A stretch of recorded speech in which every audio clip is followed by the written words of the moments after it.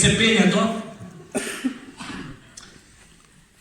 И овој министерот за финанси не цепи, али умал мозок.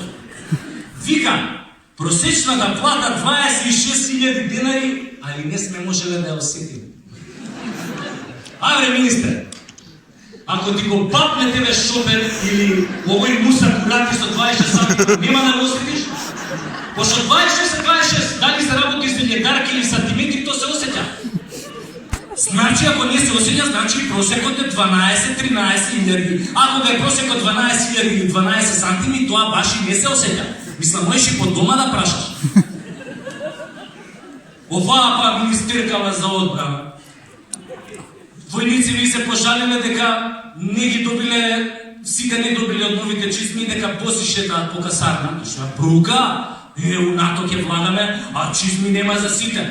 И оваа сега министеркава да ги смири, купила торти и колачи за 60.000 евра. И одма морале да ја смена таблата пред генерал штаб. Сега на таблата пише Министерство за одбрана Кајапче. Ајмо, тенкови тулумби, патрјави хаубици, хеликоптери, падобранци, шокери ве нас луѓе, вистински пушки и бомби. Зашто ни се? Ние влагаме у НАТО со нова стратегија. Од сите душмани ги направиме диабетичари. Наместо да ги бомбардираме со осиромешен ураниум, ќе ги бомбардираме со шекер. Прејади се шекер и цркни. Има логика. Нели дека пресимево на министерката за одбрана или е шекерински. Логично е набавките да бидат на база на шекер. Замислете да се презиваше овој австрискиот премиер Курц. Тогаш набавките гарант ги бидат секси шоп. Иначе, за тој австрискиот премиер Курц, абе сите мислевме дека е ВМРО цели. Али откако СДСМ го примија Курц, више не мислиме така. Он е уствари единствениот Курц кој што го прими српската премиерка. СДСМ толку се возбуди кога го прими Курц, што го измеша неговото австриско знаме со литванското погодно тој. Не дај Боже кај нас да треба да дојде швајцарскиот премиер. Овие гарни ќе го пречекаат со знамето на Црвен крст.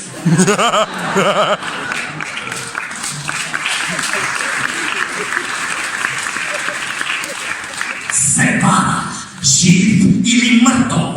Пипчето што му ги пишува говорите на заед. За него Холокаустот е еврејска традиција.